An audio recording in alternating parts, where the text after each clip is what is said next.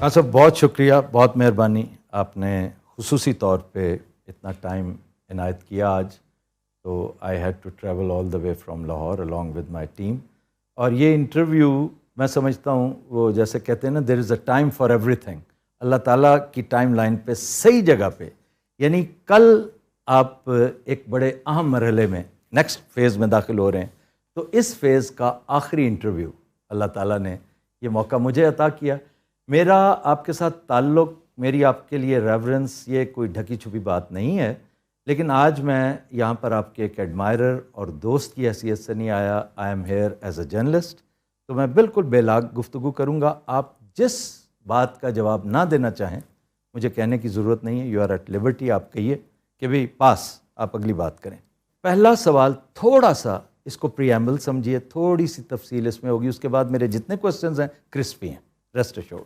Do you play chess? نو.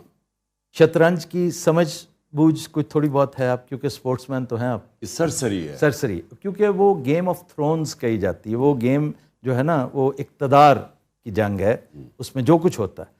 تو مختصراً میں یہ کہوں گا سمجھانے کے لیے، تمثیل ہے یہ کہ جب بھی کوئین کو موو کیا جاتا ہے نا تو وہ کسی نہ کسی فگر کی شہ پہ ہوتی ہے، کسی طاقت پہ ہوتی ہے. یا نائٹ ہوتا ہے، یا بشپ ہوتا ہے، یا کاسل ہوتا ہے، ورنہ کوئین کا جس طرف دل چاہے وہ پہنچ جائے. بالکل اسی طرح جیسے اس گلوبل ولیج میں دو چودھریز ہیں. پہلے سوویت یونین تھا، امریکہ تھا، اب چائنا ہے along with رشیا، اور دا سول سپر پاور امریکہ. گاؤں میں جب بھی کوئی جھگڑا لڑائی کسی نے کوئی چھوٹے ذمہ دار نے کو مول لینی ہو نا ایک چودھری کے ساتھ، تو دوسرے سے کوئی تھوڑی سی سپورٹ بھی لے لیتا ہے، تھوڑا سا اس کو کانفیڈنس میں بھی لے لیتا ہے. اور خاص طور پر جب دوسرے چودھری کو یہ پتہ ہو کہ بڑے چودھری کے تمام معاملات نہ صرف اس بیچارے چھوٹے ذمہ دار بلکہ میرے لیے بھی خطرے کا باعث بن سکتے ہیں. تو آپ نے اتنا بڑا نعرہ ایبسولیوٹلی ناٹ کا لگا دیا اس دوسرے چودھری کو جو آپ کے نیبرہڈ میں تھا کانفیڈنس میں لیے بغیر. میں نے 20 سال سے یہ جو نعرے کی آپ ایبسولوٹلی ناٹ کی بات کر رہے ہیں، 20 سال سے میں یہ کہہ رہا تھا کہ ہمیں امریکہ کی جنگ میں شامل نہیں ہونا چاہیے. ہماری جنگ نہیں ہے. 9/11 میں کوئی پاکستانی ملوث نہیں تھے. القاعدہ افغانستان میں تھی، تو پاکستان کا کیا لینا دینا تھا. اور میں نے یہ بھی کہا کہ ایک دفعہ آپ نے 80 کی دہائی میں یہ کہا جناب جہاد ہے فورن آکوپیشن کے خلاف، جب سوویٹس آئے ہوئے تھے افغانستان. اب آپ کہہ رہے ہیں کہ امریکی وہاں پہنچ گئے ہیں تو آپ کہہ رہے ہیں کہ دہشت گردی ہے. تو میں نے ان کو سمجھایا اور بولا بھی اپنی تقریروں میں، اسمبلی میں بھی میں نے بات کی کہ اگر آپ اس وقت امریکہ کی جنگ میں شامل ہوں گے تو وہ جو لوگ جن کو آپ نے تیار کیا ہوا تھا جہاد لڑنے کے لیے، ان کو آپ کیا کہیں گے کہ اب یہ دہشت گردی، وہ اگر وہ نہیں مانیں گے، اور انہوں نے نہیں مانی، اور ہوا کیا کہ وہ ہمارے خلاف ہو گئے. اور انہوں نے کہا کہ آپ امریکن کولیبریٹرز ہیں. آپ نے، انہوں نے سیدھا کہا کہ آپ نے دھوکہ دیا ہے، یعنی جہاد کے خلاف آپ چلے گئے. تو ہوا کیا، وہ بھی ہمارے خلاف ہو گئے جو گروپس تھے القاعدہ ٹائپ. ساتھ جو سارا قبائلی علاقے میں جدھر جنگ لڑی گئی تھی سوویٹس کے خلاف، جو ساری بارڈر پہ قبائلی علاقے سے ساری واردات ہوتی تھی نا افغانستان. جی جی جی. وہ جو لوگ جنہوں نے جا کے قربانیاں دی تھیں، جو جہاد لڑی تھی ہماری طرف، جو پشتون تھے، وہ بھی ہمارے اگینسٹ ہو گئے. ان میں سے لوگ ہمارے اگینسٹ، انہوں نے اپنے آپ کو طالبان کہنا شروع کر دیا. تو پاکستان کا نہ لینا نہ دینا تھا. ہم نے 80,000 اپنے لوگوں کو قربان کر دیے کسی اور کے لیے. تو میں تب سے لگا ہوا کہنے کہ ہم ہمیشہ امن میں تو آپ کا ساتھ دیں گے، لیکن ہم آپ جنگ میں آپ کا ساتھ نہیں دیں گے. اب وہ جب انہوں نے اس سے میرے سے پوچھا کہ جی آپ کو آپ بیسز دیں گے امریکہ کو، تو وہ تو میرا ایک 20 سال سے میرا بیانیہ تھا، میرا نظریہ ہے. میں سمجھتا ہوں کہ پاکستان کی ایک آزاد فورن پالیسی ہونی چاہیے. آزاد فورن پالیسی کا مطلب کہ ہماری فورن پالیسی وہ ہو جو ہمارے لوگوں کے مفادات کے لیے ہو. ہماری فورن پالیسی وہ نہ ہو جو اپنے لوگوں کو کسی اور کے لیے قربان کرو. تو میں تو یہ تو میرا ایک نظریہ ہے. میں نے جب پالیٹکس شروع کی تھی 3 میرے نکات تھے: خودداری، عدل اور انصاف، اور فلاحی ریاست، انسانیت. یہ 3 پہ میرا بیس ہے. وہ آج بھی میں وہاں کھڑا ہوں. وہ تو درست ہے. آپ نے ایک نعرہ بلند کیا، نعرہ مستانہ اسے کہنا چاہیے، لیکن آپ نے کسی کی شے بھی تو لینی تھی نا، کیونکہ آپ نے اپنے آپ کو ایکسپوز کر دیا. ہماری وہ پوزیشن ہرگز نہیں تھی آپ کو پتہ ہے کنزر کو آپ میرے سے زیادہ جانتے ہیں، یہ مصدق کے معاملات سے بلکہ اس سے بہت پہلے لیٹن امریکہ میں جو شروع ہوا، بنانا ریپبلکس میں جو کچھ ہوا، اس سارے معاملے کو ذہن میں رکھتے ہوئے آپ تاریخ کے اسٹوڈنٹ ہیں، آپ کو ان دوستوں کے ساتھ کچھ تھوڑی بہت گفت و شنید کرنی چاہیے. ایک لوک وارم، مجھے اجازت دیجیے یہ کہنے کی، کیونکہ بہرحال میں آپ کا ووٹر بھی تھا اور مجھے محسوس یہ ہوا کہ یہ ایک طرح سے فیلئر ہے آپ کی فارن پالیسی کا، کہ آپ کے پرسنل ریلیشن شپ ایسے ہونے چاہیے تھے کہ چائنا کو احتجاج کرنا چاہیے تھا کہ اس میں وہ آپ کا جو ایک نیریٹو تھا کہ بھئی یہ اس میں رجیم چینج کے شواہد موجود ہیں، چائنا نے ایسا کچھ نہیں کیا. دوسرے تیسرے دن مبارکباد دی جا رہی ہے اور وہ سارا سلسلہ. اصل میں آفتاب دیکھیں، پہلے تو یہ کلیئر ہو جائے کہ اگر میں نے اپنے ملک کی خودداری یا ساورنٹی کے اوپر میں نے سودا کرنا تھا تو اس سے بہتر ہے کہ میں نہ ہی وزیر اعظم رہوں. یہ میرے سے اگر یہ سمجھے کوئی کہ میں اپنے لوگوں کو کسی اور کے لیے قربان کروں گا، کسی اور فارن پالیسی آبجیکٹیوز کے لیے، جو اصل میں اگر آپ بیس دے دیتے ہیں، یا اگر آپ ہمیں یہ کہیں کہ نہیں جی آپ روس نہیں جا سکتے، آپ کون ہیں ہمیں کہنے والے روس نہیں جا سکتے؟ ہندوستان ان کا اسٹریٹجک ایلا ہے، وہ روس سے تیل بھی لے لے، وہ ہتھیار بھی لے لے، اور وہ آپ کا اکنامک پارٹنر بھی بن جائے اور پولیٹیکل پارٹنر بھی بن جائے، تو ہمیں وہ کہیں کہ نہیں جی آپ روس نہیں جا سکتے، چائنا کی آپ کی ریلیشن شپ زیادہ قریب ہو گئی. یہاں لائن ڈرا کرنی پڑتی ہے کہ آپ کھڑے ہوتے ہیں کہ نہیں، مجھے 22 کروڑ پاکستانیوں نے الیکٹ کیا تھا، میری ذمہ داری میرے 22 کروڑ پاکستانی ہیں، پھر میں باقی چیزوں کا سوچوں گا. میری ہمیشہ یہ سوچ ہے کہ ایک ملک جب اٹھتا ہے خودداری سے اٹھتا ہے، قومی غیرت سے وہ ملک اٹھتا ہے. کبھی بھی جوتے پالش کر کے کوئی قوم آج تک اوپر نہیں اٹھی. خان صاحب، اس معیشت کے ساتھ کیسی خودداری، کیسی غیرت، یہ سارے تو کلیشز لگتے ہیں. آپ انڈیا کی مثال دے رہے ہیں، انڈیا کی معیشت دیکھیے آج کہاں پہنچی ہوئی ہے. میری گزارش صرف یہ، کیا ہی اچھا ہوتا، آپ یہ بڑے خوش آئند اقدامات ہیں آپ کے، ہر پاکستانی آپ کو اپریشیٹ کرتا جو آپ کر رہے ہیں، ماں سوائے بیگرز کے، کہ ٹھیک ہے جناب آپ خودداری، مصلحت کوشی بڑی اچھی بات ہے، لیکن چائنا جو آپ کے بالکل ساتھ بیٹھا ہوا ہے، جس کی انسرکلمنٹ کے قصے بڑے ہواؤں میں لکھے جا چکے ہیں، آپ اس کو تو کانفیڈنس میں لیتے. دیکھیں لوک وارم ان کا آیا کہ نہیں، بس صرف اتنا بتا دیجئے. آفتاب میں آپ کو ایک بات، دیکھیں لوگ دعویٰ کرتے ہیں لا الہ الا اللہ، ہر مسلمان دعویٰ کرتا ہے، لیکن وہ بتوں کے سامنے جھک جاتا ہے. یہ سارے بت ہیں، خوف کا بت، پیسے کا بت، میں کا بت، یہ سارے بت ہیں کہ جی میں کیا اپنے نظریے سے پیچھے ہٹ جاؤں. میرا دل ہی نہیں مانتا کہ میں کسی کی غلامی کروں. میرا ہمیشہ پلان یہ تھا کہ ہم نے اب اپنے پیر پہ کھڑا ہونا ہے. ساری پالیسیز میں نے کی بیٹھ کے، اور مجھے خیر تھوڑا دیر لگی سمجھنے کے لیے، کیونکہ پہلی دفعہ گورنمنٹ میں آئے تھے، اتنے بڑے کرائسس تھے، لیکن میں یہ کلیئر تھا اپنے ذہن میں کہ میں نے اس ملک کی آمدنی میں اضافہ کر کے، حالانکہ ہم آئی ایم ایف کے پروگرام میں تھے، ہم نے اپنی گروتھ ریٹ بڑھا کے، اپنی آمدنی بڑھا کے، اپنے ٹیکسیشن بڑھا کے، اور ڈالرز ملک میں زیادہ لا کے، شروع میں اوورسیز پاکستانیز جس طرح انہوں نے ریمیٹنسز، اور پھر اپنی ایکسپورٹس بڑھا کے، یہی طریقہ تھا اپنے ملک کو پیر پہ کھڑا کرنے کا. میں یہ ہمیشہ یہ بھی سمجھتا تھا کہ اگر ہم کسی اور کی جنگ میں شرکت کریں، یہ ہماری ترقی رک جاتی ہے. یعنی آپ ترقی نہیں کر سکتے. آپ جب وار آن ٹیرر تھی، یا کرکٹ ٹیمز ہی نہیں آتی تھی، چھوڑیں کہ انویسٹر آنے پاکستان میں، پاکستان کو انہوں نے کہا most dangerous place in the world. یعنی ہم نے ان کی جنگ میں شرکت کر کے اپنا ملک کا تباہی کر کے رکھ دی. اور کیا ملا اینڈ میں پھر یہ کہتا ہوں، دیکھیں اپنی قوم سے پوچھتا ہوں ملا کیا ہمیں اسے، اور جھاڑے ڈو مور کا انہوں نے ذلیل کیا کہ جی یہ دوگلے ہیں، یہ ہیں. یعنی مجھے بحیثیت پاکستانی اتنی شرمندگی ہوئی. تو میں اینڈ میں یہ بات کہتا ہوں، میرے دل میں یہ بات ہے کہ آپ کمپرومائز کرتے رہیں ایک لمٹ تک. جدھر آپ یہ سمجھتے ہیں کہ آپ کا ضمیر ہی نہیں مانتا، میرا تو ایمان ہی نہیں مانتا کہ میں جا کے جی اس طرح کھڑا ہو جاؤں ان کے سامنے. ہندوستان کھڑا ان کے سامنے. ہاں ہمارے اس وقت اکنامک سچویشن فریجائل ہے ہمارے زمانے میں. اب تو انہوں نے بیڑا غرق کر دیا نا. تو خیر اور بات ہے نا. ہمارے زمانے میں میں نے نیوٹرلز کو سمجھایا بھی تھا کہ یہ بڑی مشکلوں سے ہم نے اکانومی سنبھالی ہوئی ہے، کیونکہ ایک کرونا آ گیا، کرونا کے آفٹر افیکٹس آ گئے، کموڈٹی سپر سائیکل آ گیا، انرجی کی قیمتیں بڑھ گئیں، ہمارے پاس فارن ایکسچینج کے ریزروز کم تھے. تو بڑی مشکلوں سے ہم نیویگیٹ کر رہے تھے اس میں سے. تو میں نے جب مجھے پتہ چلا سازش ہو رہی ہے, میں نے نیوٹرلز کو سمجھایا, شوکت ترین کو بھی بھیجا سمجھاؤ کہ دیکھیں اگر اس وقت آپ نے یہ سازش کو کامیاب ہونے دیا تو یہ سارا بکھر جائے گا. یہ بڑی مشکلوں سے ایک مارکیٹ کا آج کانفیڈنس ہے, اگر آپ نے ہلایا تو یہ سنبھال آپ نہیں سمجھیں گے. میں نے یہ ایگزیکٹلی میں نے کہا ٹیل اسپن میں چلی جائے گی آپ کی اکانومی, کیونکہ ہمارے پاس اتنے ریزروز نہیں ہیں. جو آپ نے ہندوستان کی بات کی, ہندوستان کے پاس ریزروز ہیں, لیکن میں پھر بھی یہ سمجھتا ہوں کہ امریکہ سے میں جانتا ہوں ان سے کیسے بات کرنی ہے, میں ان کی سمجھتا ہوں سائیکی.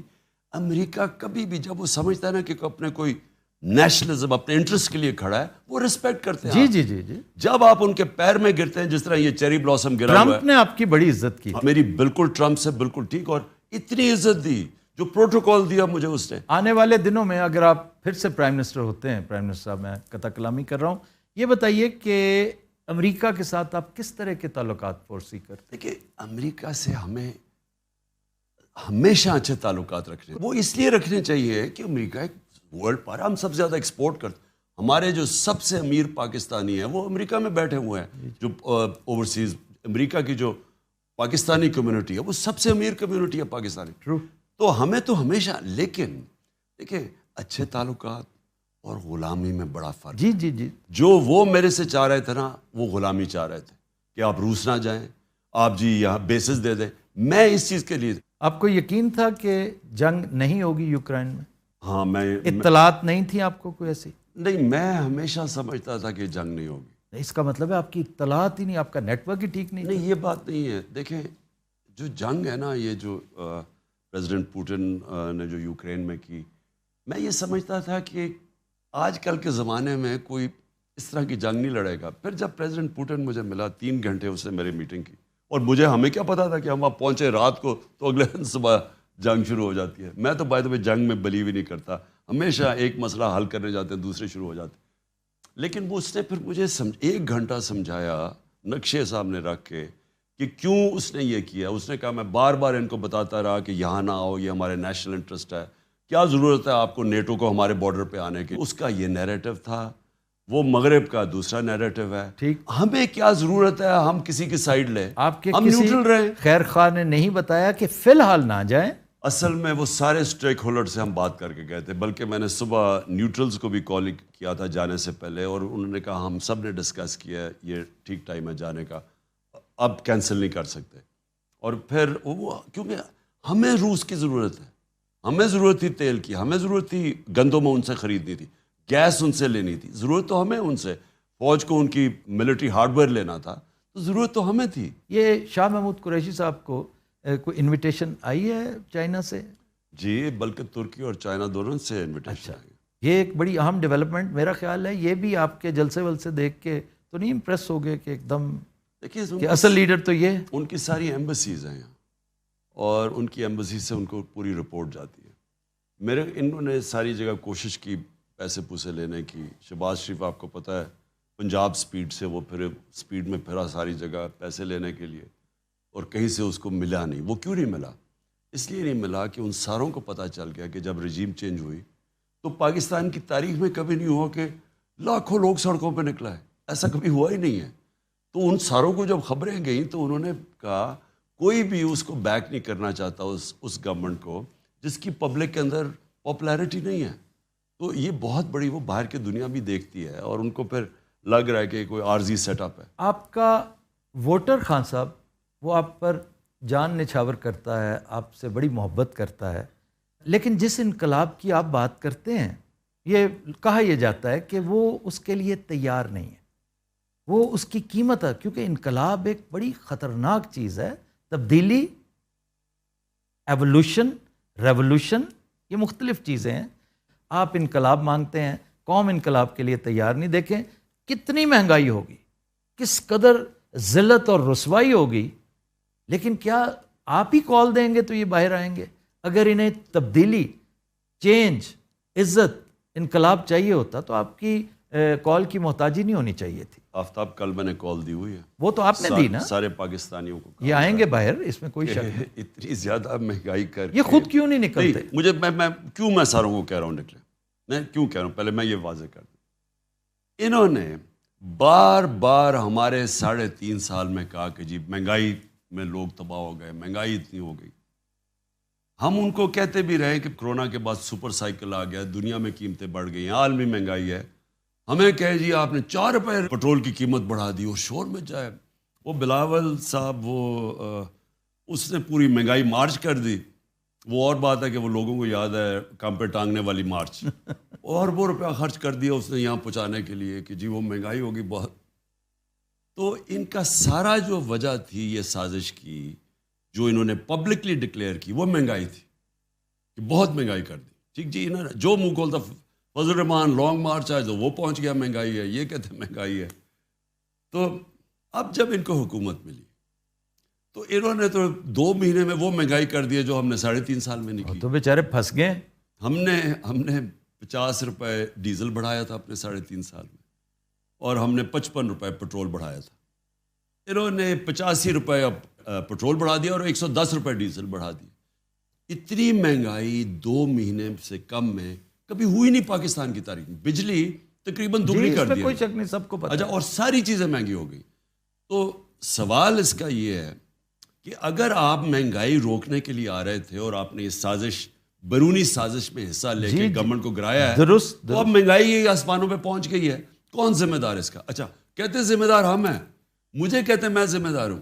میں ان سے سوال پوچھتا ہوں کہ اگر میں ذمہ دار تھا تو آپ کو ضرورت کیا پڑی تھی گورنمنٹ گرانے کی؟ مجھے پھر ذمہ داری اٹھانے دیتے.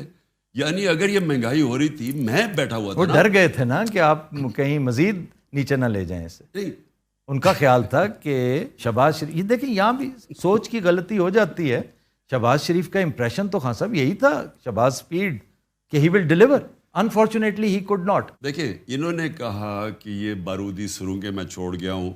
تو میں نے تو اگر میں یہ تھا تو میں اسٹیبلشمنٹ کو کیوں کہتا کہ اگر تم نے گورنمنٹ اس وقت ہٹائی یہ سازش کے تحت جو ہو رہی ہے ہمارے خلاف، اور نیوٹرل رہ گئے اور گورنمنٹ چلی گئی، تو یہ بکھر جائے گا، یہ اکانومی نہیں سنبھالی جائے گی.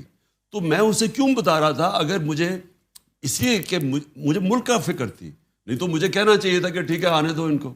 ایک تو میں یہ کہنا چاہتا ہوں کہ یہ مجھے پتا تھا کہ بڑی مشکلوں سے ہم سنبھال رہے ہیں، اور مجھے پتا تھا ان سے نہیں سنبھلنی، کیونکہ شہباز شریف کی جو ساری ڈیولپمنٹ ہوئی ہے نا وہ صرف اشتہاروں میں ہوتی ہے. اشتہار اٹھاتے تھے تو ادھر ایک طرف نواز کی تصویر، ایک طرف شہباز کی. 50 ارب روپے کے اشتہار دے دیے کہ یہ کر دیا، وہ کر دیا، وہ کر دیا. تو وہ آج قوم کے سامنے، میں اللہ کا شکر ادا کرتا ہوں، وہ سچ کا خدا ہے، الحق ہے، اس نے سب کے سامنے لے آیا کہ جس وہ 7 بجے صبح اٹھ کے کام پہ پہنچ جاتا ہے شہباز شریف. اب وہ 7 بجے اٹھ کے کام پہ پہنچنے سے اگر ملک ٹھیک ہو جاتا تو بسم اللہ، 7 بجے اٹھ جاتا. میرا مالی 6 بجے اٹھتا ہے، صبح شروع ہو جاتا ہے کام کرنے. اگر یہی کرائیٹیرین ہے کہ اس نے ملک ٹھیک کرنا تھا، آج سارے اکنامک انڈیکیٹرز، آج پاکستان کی موڈیز نے ہمیں ڈاؤن گریڈ کر دیا نیگیٹو پہ. آج وابڈا جس پہ ساری ہماری ڈیمز کے پروجیکٹ ڈپینڈ کر رہے ہیں، وابڈا جس کو انٹرنیشنل لونز مل رہے تھے، اس کی کریڈٹ ریٹنگ ڈاؤن گریڈ ہو گئی ہے مائنس، جس کا مطلب اس کو لونز نہیں ملیں گے، جس کا مطلب ہمارا جو 50 سال کے بعد ہم ڈیمز بنا رہے تھے وہ پروجیکٹ خطرے میں چلا گیا. آج جو ہماری انفلیشن ہے، جو مہنگائی ہے، وہ جب لیٹسٹ فگر آئی ہیں یہ تقریباً 30% پہ پہنچ گئی ہے. اور 30% کا مطلب کہ تقریباً لوگوں کی سب چیزیں دگنی ہونے والی ہیں. اور ابھی جو روپیہ گرا ہے 30 روپے ڈالر مہنگا ہوا ہے، یعنی روپیہ 30 روپے ڈالر کے بنسبت گرا ہے. اس کا کیا مطلب ہے؟ اس کا مطلب ہے کہ ابھی مزید اور طوفان آنے والا ہے مہنگائی کا، کیونکہ جیسے جیسے یہ اس کا افیکٹ جائے گا ڈیویلیویشن کا، تو ساری چیزیں جو ہم باہر سے لیتے ہیں وہ اور مہنگی ہو جائیں گی. خان صاحب، خرم دستگیر نے جو گفتگو کی ہے اس سے سرزد ہوگی ہے، جو اس نے جو بادشاہی کی ہے اس حوالے سے. خرم دستگیر نے سچ بول دیا ہے، جو کہ میں پہلے دن سے سرزد ہوا ہے اس سے. جب میں گورنمنٹ میں آیا تھا، آپ میری پہلی تقریر سن رہے ہیں جب انہوں نے مجھے بولنے نہیں دیا، اور مجھے پتا تھا بلیک میل کر رہے ہیں، اور میں نے پہلے دن کہا کہ جو مرضی کر لو میں تمہیں NRO نہیں دوں گا. پہلی میری تقریر تھی اسمبلی کے اندر، انہوں نے مجھے شور مچا دیا، بات نہیں کرنے دی، بلیک میل کر رہے تھے. نہیں، میں جب سے آیا ہوں ان کا صرف ایک کوشش تھی کہ کسی طرح NRO دے دو. مشرف نے ان کو NRO دیا اپنی کرسی بچانے کے لیے. جنرل مشرف نے کیوں NRO دیا کیونکہ جب اس کو خطرہ ہوا کہ ایک وہ وکلا کی موومنٹ چل پڑی ہے، اور دوسری چیز امریکنوں نے کونڈولیزا رائس نے بیٹھ کے بے نظیر اور جنرل مشرف کی میٹنگ کروائی اور این آر او دلوایا، ریکنسیلیشن اور این آر او دلوایا، اور دونوں نے ان کے سارے کرپشن کے کیسز معاف ہو گئے جو انہوں نے دو دفعہ ان کی گورنمنٹ کرپشن پہ گئی تھی، وہ سب معاف ہو گئے، یہ پھر سے آ گئے۔ اس کے بعد 10 سال انہوں نے پھر لوٹا، کیسز ان کے بنے ان کے دور پہ، 95% کیسز تو ان کے دور کے کرپشن کے بنے ہوئے تھے، اور میرے پہ پہلے دن سے شروع ہو گیا کہ این آر او دے دو۔ میں ان کو کہا، میں نے کہا گورنمنٹ چلی جائے گی، میں کبھی تمہیں این آر او نہیں دوں گا۔ اور وہ انہوں نے جو آج فیٹف کے اندر پاکستان انشاءاللہ نکل جائے گا، میں آپ لوگوں کو ریمائنڈ کروا دوں کہ انہوں نے جب ہم نے لیجسلیشن فیٹف کے لیے اسمبلی میں رکھی تو انہوں نے کہا ہم تب پاس کریں گے جب ہمیں این آر او دو، نیب کو ختم کرو، جو آج انہوں نے نیب کو کیا۔ انہوں نے تب مجھے بلیک میل کرنے کی کوشش کی، میں تب بھی اڑ گیا، میں کہا جو بھی کرو گے میں نے تمہیں این آر او نہیں دینا، کیونکہ یہ ملک سے غداری ہے۔ آپ بڑے بڑے ڈاکوؤں کو اربوں روپے کی کرپشن معاف کر رہے ہیں، جیلوں میں بیچارے چھوٹے چور، بھینس چوری، موٹر سائیکل، وہ سارے جیلوں میں گل سڑ رہے ہیں، جن کی چوری سے ملک کو کوئی فرق نہیں پڑتا، ان کی چوری سے ملک تباہ ہو جاتا ہے۔ اور آپ پہلے اربوں روپے چوری کرتے ہیں، پھر باہر ملک سے بھیجتے ہیں، دگنا نقصان کرتے ہیں، ڈالرز کے اوپر روپے پہ پریشر ڈالتے ہیں، تو لہٰذا میں نے تو کبھی نہیں ان کو دینا تھا۔ خرم دستگیر کے منہ سے اب آ گیا کہ ہم نے اس لیے یہ کیا ہے کہ عمران خان نے اور ججز رکھ کے تو ہمارے جو کیسز ہیں وہ جلدی بھگتانے تھے اور ہم نے جیلوں میں چلے جانا تھا، اس لیے ہم نے اس کو ہٹایا۔ خرم اگر آپ کا وزیر ہوتا تو اس قصور پہ آپ کیا کرتے؟ سیک کر دیتے؟ نہیں، میں خرم کو کہتا کہ شکر ہے آپ میں سچ بولنے کی طاقت آ گئی، یہ تو بڑا اچھا ہے، کیونکہ آپ شاید آپ کا ضمیر جاگ گیا کہ آپ نے یہ لوگوں کا بھی سوچا ہے جن کو لوٹ لوٹ کے آپ نے 30 سال سے اس ملک کو مقروض کیا ہے۔ اچھا خان صاحب، ایک سنجیدہ بات آپ کی لائف کو جو تھریٹس ہیں اس سے متعلق، آپ نے اس بارے میں ایک دستاویز تیار کر رکھی ہے، اس کا آپ نے اعلان بھی کیا، اس کی ڈیٹیل میں ہم نہیں جاتے، وہ آپ کا سیکرٹ ہے، اللہ تعالیٰ کبھی وہ نوبت نہ لائے۔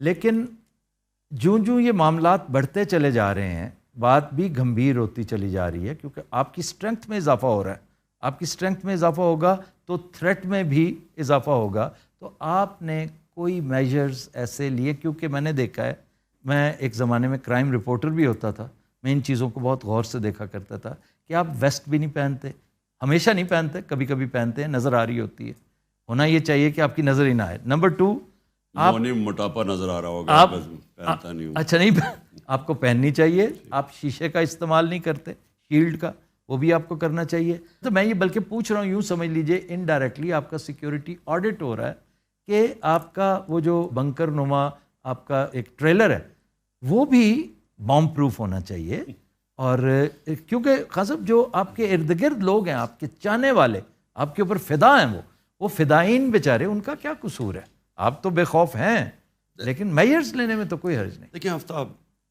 جن لوگوں نے پوری سازش کی تھی اور ہٹایا تھا مجھے، وہ یہ سمجھ رہے تھے کہ جیسی ہٹایا تو یہ مٹھائیاں بنٹیں گی، پورے ان کا تھا کہ ماحول تو بنایا ہوا تھا کہ ملک تباہ ہو گیا۔ یہ وہ اور بات ہے کہ اکنامک، پاکستان کی اکنامک سروے کی جو فگرز آئی ہیں اس میں اس طرح کی پرفارمنس 30 سال میں کسی گورنمنٹ کی نہیں ہوئی، آخری 2 سال میں جو ہماری تھی، اس کے کہ یہاں کرونا بھی ہوا، یہاں سارے چیلنجز ہوئے، یہاں انٹرنیشنل پرائسز بڑھے، تو سب کے باوجود آخری 2 سال میں جو پرفارمنس، تو انہوں نے پورا ماحول بنایا ہوا تھا کہ جی تباہ ہو گیا ملک اور یہ نااہل ہے اور وغیرہ وغیرہ۔ وہ یہ سمجھ رہے تھے کہ جیسی میں مجھے ہٹائیں گے تو یہاں لوگ مٹھائیاں بانٹیں گے۔ جب بھی ان کی گورنمنٹ جاتی ہے بے نظیر اور نواز کی جو 90s میں اور اب بھی، تو لوگ خوشیاں مناتے ہیں۔ جب پبلک نکل آئی اور پبلک انہوں نے دیکھا کہ پبلک ساتھ کھڑی ہے، پھر جلسے، تاریخی جلسے ہوئے، پبلک آ گئی اس میں، تو تب ایک پلان بنا بی، اور مجھے پتہ چل گیا، وہ بند کمرے میں فیصلہ کیا گیا کہ اب اس کو فارغ کیا جائے۔ تو میں نے اس کے لیے صرف، کیونکہ آپ اس کو روک تو نہیں سکتے، لیکن کیونکہ مجھے پتہ چل گیا، میں نے ایک ویڈیو اس کی ریکارڈ کروائی ہے، میں نے وہ محفوظ جگہ پہ پہنچا دی، اور اس میں نے سارا بتایا کہ سازش میں کون کون ملوث ہے اور یہ کس کی سازش ہے، تاکہ میری قوم کم از کم ان سے جواب طلب کرے۔ دیکھیں، آپ اپنی سیکیورٹی ایک حد تک کر سکتے ہیں، اس کے بعد آپ کی کتنی آپ سیکیورٹی کر سکتے ہیں؟ بہت مشکل ہے. اور یا تو آپ پبلک میں نہ نکلیں. ابھی ہمارے الیکشنز ہو رہے ہیں, ہم نے یہ بائی الیکشنز ہیں پنجاب میں, اس میں شرکت کروں گا, اور پبلک میں تو نکلنا پڑتا ہے. ایک حد تک آپ پوری کوشش کرتے ہیں اپنے آپ کو سیکیور کرنے کی. اس کے بعد تو میرا پورا اللہ پہ ایمان ہے کہ وہ جو فیصلہ تو آخر میں اس کا ہے. درست. تو وہ جو ایمان اتنا مضبوط ہے کہ جب ٹائم آئے گا تو وہ جانے کے 100 طریقے اللہ کے پاس. بالکل درست ہے. وہ جس حد تک آپ خود کہہ رہے ہیں نا کہ ایک حد تک ہو سکتی ہے, اس حد تک تو آپ اڈاپٹ کریں. ابھی آپ کہہ رہے ہیں میں ویسٹ بھی نہیں پہنتا, وہ مہربانی کر لیا کریں. چلے ویسٹ پرانے زمانے کی چیزیں ہیں, ایسی چیزیں ہیں. وہ مجھے یاد ہے, وہ حریری جب لیبنان کا پرائم منسٹر تھا تو اس نے کوئی $60 ملین کی گاڑی منگوائی تھی, بوم پروف اور پتہ نہیں کیا. 60 ملین اسپیشلی بنی ہوئی تھی اس کی, بالکل اس کو سیکیور کرنے کے لیے. تو وہ جب وہ مرا تو وہ 13ویں فلور پہ ملی تھی گاڑی اس کی, وہ کسی اپارٹمنٹ بلڈنگ میں. تو وہ آپ روک نہیں سکتے. اچھا جی, ہر پارٹی میں, ہر ڈائنیسٹی میں ایک سکسیشن پلان ہوتا ہے. اب دیکھیں نواز شریف خود یہاں پہ نہیں ہیں, ان کی صاحبزادی سارے معاملات کو دیکھ رہی ہیں سیاست کے حوالے سے. شہباز شریف کی ایک پوری ہے ترتیب. اسی طرح زرداری صاحب کا معاملہ ہے. آپ نے اپنے جانشین مقرر کیے ہیں یا وہ بھی کسی ٹیپ پہ ہیں یا کسی دستاویز میں ہیں؟ کیونکہ آپ کی ڈائنیسٹی تو ہے کوئی نہیں, نہ آپ اس پہ یقین رکھتے ہیں, تو پھر کچھ نہ کچھ تو ہوگا نا, ایک پلان. آفتاب دیکھیں, اس ملک کی جو جمہوریت کیوں نہیں بنی, کیوں نہیں چلی جمہوریت؟ یہ جمہوری پارٹیز 60 سال, پچھلے 62 سال میں آدھا فوجیوں نے حکومت کی ہے, آدھا ان دو خاندان نے کی ہے. تو کیوں نہیں ہماری جمہوریت کیوں نہیں آگے بڑھی؟ جمہوریت کا, ڈیموکریسی کا مطلب ہی میرٹوکریسی ہے. جمہوریت اور بادشاہت میں فرق یہ ہے کہ جمہوریت کے اندر جو اوپر لیڈرشپ آتی ہے وہ میرٹ پہ آتی ہے, بادشاہت میں خون کے اوپر آتی ہے. اس لیے بادشاہت پیچھے رہ گئی, جمہوریت آگے نکل گئی. اب یہاں کیا ہوا ہے, یہاں یہ 2 خاندانوں نے پکڑ لیا ہے, پچھلے 30 سال سے بیٹھے ہوئے اوپر.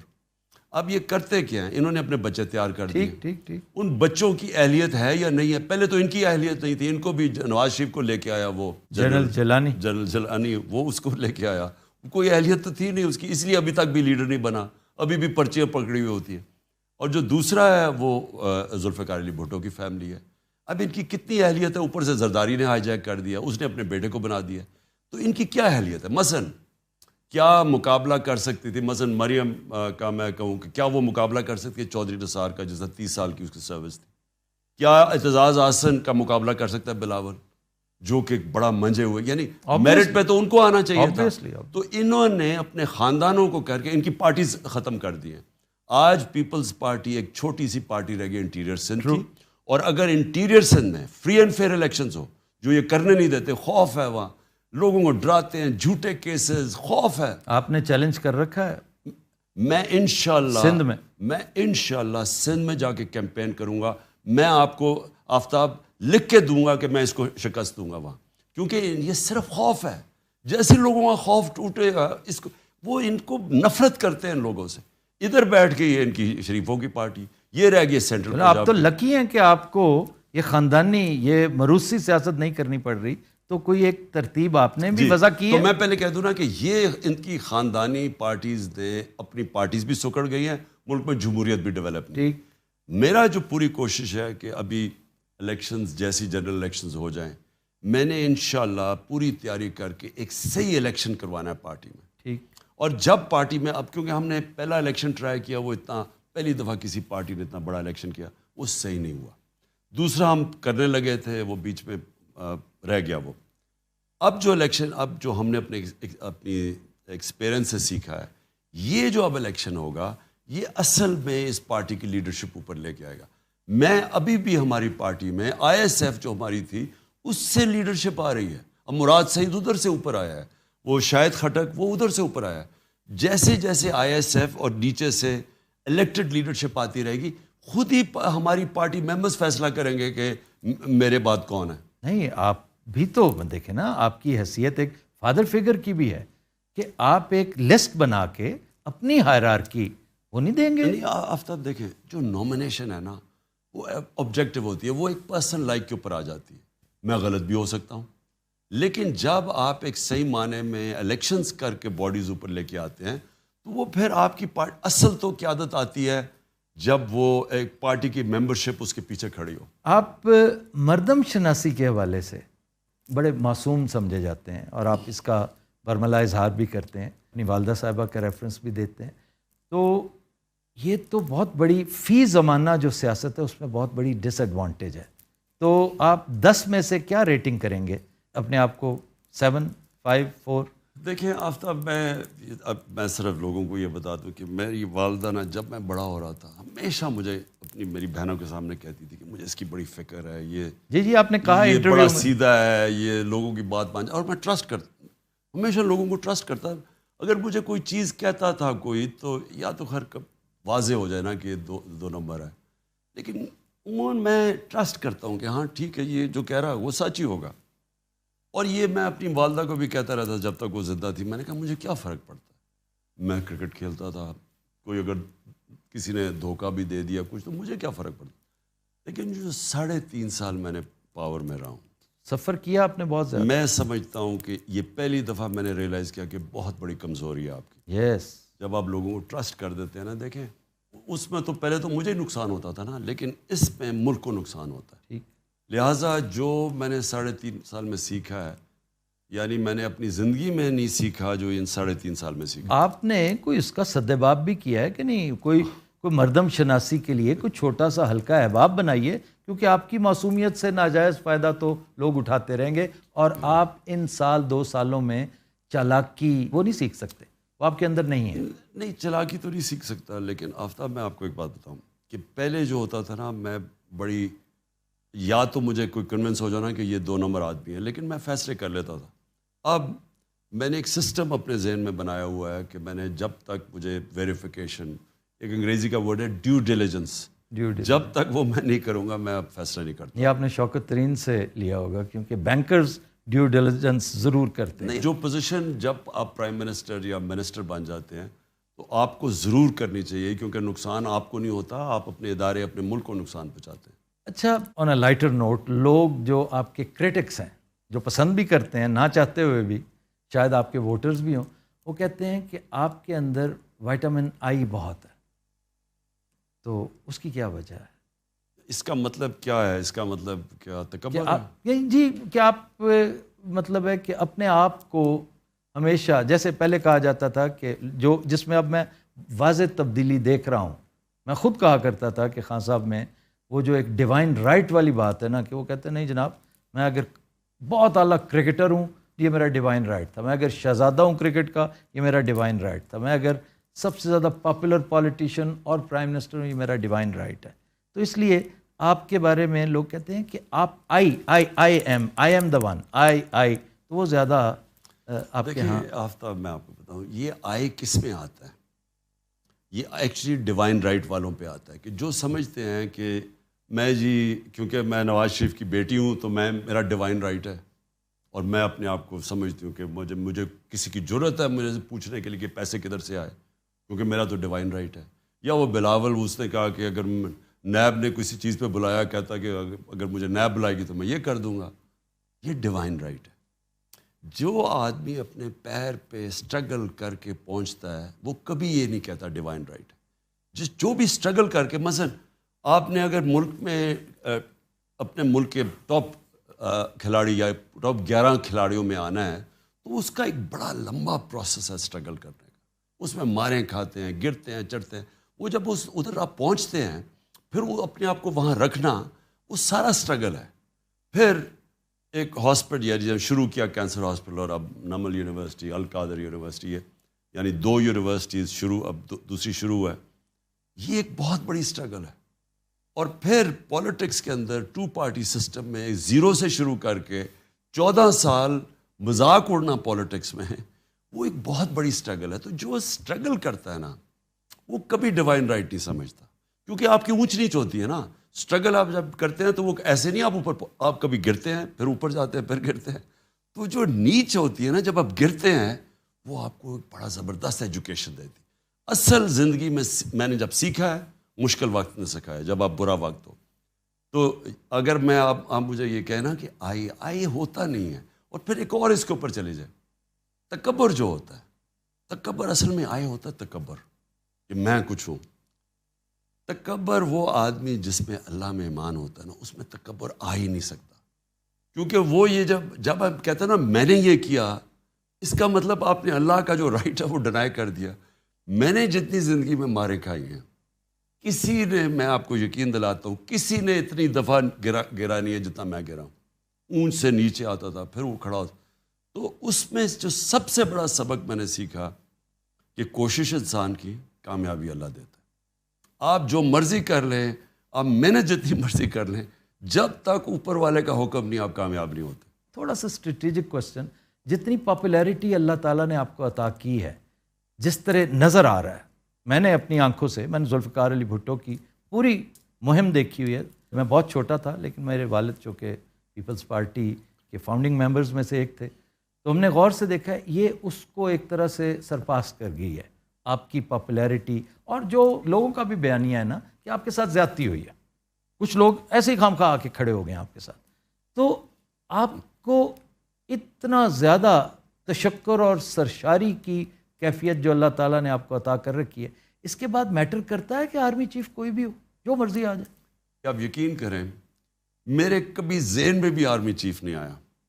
میں نے تو کبھی سوچا ہی نہیں آرمی چیف کا. اب تو اکا ہی نہیں آنا چاہیے کوئی بھی ہو. میں تو بات کر رہا ہوں جب میں پرائم منسٹر تھا, میں نے تو کبھی سوچا یہ سارا یہ جو وہ دستگیر وہ ہو جی نومبر میں آرمی چیف بٹھانا تھا, یہ وہ لوگ کرتے ہیں جو کنٹرول کرنا چاہتے ہیں, جو اداروں کو کنٹرول کرتے ہیں, جو فوج کو کنٹرول کرتے ہیں. جنرل فیض کو بہت ایسوسیٹ آپ کے ساتھ کیا جاتا تھا, وہ آپ کے ساتھ کچھ ضرورت سے زیادہ پیار محبت کا اظہار کرتے رہے, بعض لوگوں کو بدہضمی ہوتی تھی. آفتاب یہ فیکچولی غلط ہے. جنرل فیض تھا I S I chief. I S I chief کو ہوتا ہے پرائم منسٹر سے ڈائریکٹ ریلیشن شپ اس کی. میں تو اور کسی فوجی کو جانتا ہی نہیں تھا, میں تو کسی اور جنرل کو نہیں جانتا تھا, میری تو ان سے انٹریکشن کسی سے نہیں ہے. بلکہ میرا تو یہ تھا کہ جنرل باجوہ کو میں نے کہا تھا کہ آپ مجھے ریکمینڈ کریں کیونکہ آپ کی فوج ہے, آپ جانتے ہیں. یہ جو خوف تھا مخالفین کو کہ جناب میں کوئی سفارش کر کے کوئی لاؤں گا کیونکہ مجھے کوئی ڈر ہے کہ جی اگر آرمی چیف میرا نہ ہوا تو پتہ نہیں ملک کی چلے. یہ نواز شریف ٹائپ لوگوں کو فکر ہوتی ہے, انہوں نے کرپشن کی ہوتی ہے, ان کو ڈر سارا وقت ہوتا ہے کہ ان کے پیسے نہ پکڑے جائیں, ان کو ایک آرمی چیف چاہیے جو ان کی سارا وقت ساتھ کھڑا ہو, بلکہ وہ چاہتے ہیں جو فوج ہے وہ پنجاب پولیس بن جائے. میرا کبھی ایشو نہیں, نہ میں نے کبھی جوڈیشری میں انٹرفیئر کیا, نہ میں نے کبھی کسی سے پولیس سے کوئی انتقامی کارروائی کروائی, نہ میں نے نیب میں انٹرفیئر کیا, نہ میں نے کوشش کی کہ کوئی بھی ایف آئی اے کے ذریعے جھوٹا کیس نہ ہو, صرف جو کہ کرپشن کے کیسز تھے بڑے بڑے ان کے اوپر. یہ جو کام ہے نا آپ جو پولیس کو غلط استعمال کر رہے ہیں, میرے اوپر کوئی 9 ایف آئی آرز ہیں, ہمارے لوگوں پہ ایف آئی آر, سندھ کے اندر جو ان کے خلاف کھڑا ہوتا ہے ایف آئی آر, میڈیا کے اوپر جو زور ہے, جو ٹک ٹاکرز کو ٹیلی فون کر کے دھمکیاں, جو سوشل میڈیا کے لوگوں کو دھمکیاں, یعنی جو ایف آئی اے سے جو جس طرح کا زور آ رہا ہے میڈیا کے اوپر, اینکرز کے اوپر, ہم نے تو یہ کبھی بھی نہیں کیا. یہ وہ لوگ کرتے ہیں جو پاور صرف لیتے ہیں ذاتی مقاصد کے لیے. ہم چاہتے ہیں کہ ملک کے ادارے تکڑے ہوں, تو یہ میرے کبھی ذہن میں بھی نہیں آیا آرمی چیف کا.